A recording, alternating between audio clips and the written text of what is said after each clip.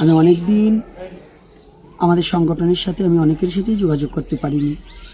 আজ আমার পরম সৌভাগ্য যে আমার এই অসুস্থতা কেটেছে কিছুটা, এখনও শারীরিকভাবে একটু অসুস্থতা আছে, তার মধ্য দিয়েও আমাদের সহযোদ্ধা এবং একজন জ্ঞানী ব্যক্তি এবং সনাতন ধর্মকে মনপ্রাণ এবং জীবন উজাড় করে যে সনাতন ধর্মকে টিকিয়ে রাখা এবং সনাতনকে জাগরণ সৃষ্টি করার আলোকে যিনি পথ প্রদর্শকই বলবো এবং গবেষক, আমাদের কুশলবরণ চক্রবর্তী মহাশয়, আমার বাবা আমাকে দেখার জন্য সেই সুদূর চট্টগ্রাম থেকে আজ ছুটে এসেছে ভাঙা, ফরিদপুর, এই চুমুরদি গোপাল গোপীনাথ সেবা সঙ্গে।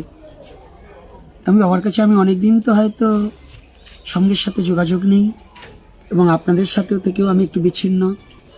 এখন আমি একটু জানতে চাই যে আমাদের রাষ্ট্রীয় অন্তর্বর্তী সরকার, আমরা এতটা চিল্লাচিল্লি করলাম, এতটা দাবির কথা জানালাম, কিন্তু অন্তর্বর্তী সরকার আমাদের একটা সারাও আমি এখনও আমার বোধহয় আমি পাইনি। এখন পরবর্তী স্টপে আমাদের যে চিন্ময় প্রভু যে এখনও তার শুনানি হলো না এবং তার জামিন হলো না, এই পদক্ষেপ সম্বন্ধে আপনি কি মনে করেন এবং আমাদের কি করা উচিত? এদিকে আমাদের বোধহয় দুটো কথা আমাদের জানা দরকার।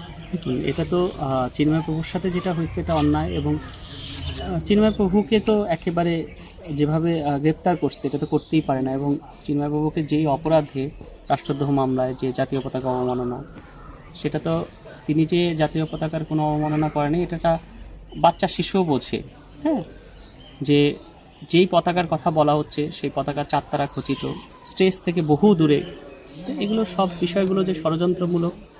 এবং পরবর্তী চিন্ময়বাবু গ্রেপ্তার পরবর্তীও যে বিভিন্ন ঘটনাগুলো ঘটছে, মনে করি যে কোনো না কোনো গ্রুপ মানে পুরো এই হিন্দুদের এই আন্দোলনটাকে থামিয়ে দেওয়ার জন্যই ষড়যন্ত্রমূলকভাবে বিষয়গুলো করেছে। এটা বোঝার জন্য আপনার পিএইচডি করতে হবে না, পিএইচডি করার দরকার না, আপনি সাধারণ দৃষ্টিতেই বুঝতে পারবেন যে এই ঘটনাটার ফলাফলে যারা লাভবান, মানে এই পুরো আন্দোলনকে দমিয়ে বা আন্দোলনকে বন্ধ করে, তারাই এই পুরো বিষয়গুলোর সাথে এই সমস্ত ঘটনার ঘনঘটার সাথে যুক্ত ছিল। তো বিষয় যাক, আমরা সেটা বলতে চাই না। এখন বাংলাদেশের যে অবস্থা, যে আপনি সত্য কথা তো আপনি বলতে পারবেন না, আপনি একটু ইনডাইরেক্টলি বলতে গেলেও সেখানেও বহু মানুষের বহু অনুভূতিতে আঘাত লাগে। অথচ দিন রাত্রি হিন্দুদের নিয়ে কি পরিমাণে কুৎসা করা হচ্ছে, হিন্দুদের সব কিছুকে নামে আজে বাজে কথা বলা হচ্ছে। তো আমি মনে করি চিন্ময়বাবুর সাথে যে অন্যায় হয়েছে, চিন্ময়বাবুকে অতি দ্রুত মুক্তি দেওয়া উচিত, এবং মুক্তি হয়তো দিবে। আমরা গত কিছু